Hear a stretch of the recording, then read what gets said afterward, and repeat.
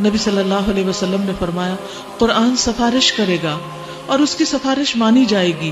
یہ اپنے پڑھنے والوں کے حق میں بحث کرے گا کہ یار فلاں نے میرے ساتھ اتنا وقت لگایا تھا، دن کو پڑھا رات کو پڑھا، اور اس کی تصدیق کی جائے گی، بات مانی جائے گی. جس نے اس قرآن کو اپنے سامنے رکھا یہ اس کی رہنمائی جنت کی طرف کرے گا، اور جس نے اس کو اپنی پیٹھ پیچھے رکھا یہ اسے ہانک کر جہنم میں لے جائے گا. تو اس لیے قرآن کو ہمیشہ اپنے سامنے رکھیں، نہ صرف یہ کہ سامنے بلکہ سب کتابوں سے اوپر رکھیں. خواہ آپ کوئی بھی ڈگری کر رہے ہوں اور کتنا بھی مشکل امتحان ہو، لیکن زندگی کا کوئی دن ایسا نہ گزرے کہ جس میں آپ کا تعلق قرآن سے نہ ہو. کیونکہ بعض اوقات ہم چھوٹی چھوٹی یا بڑی وجوہات کی بنا پر قرآن سے تھوڑا سا دور ہوتے ہیں اور پھر دور ہوتے چلے جاتے ہیں، پھر دوبارہ پکڑنا مشکل ہو جاتا ہے.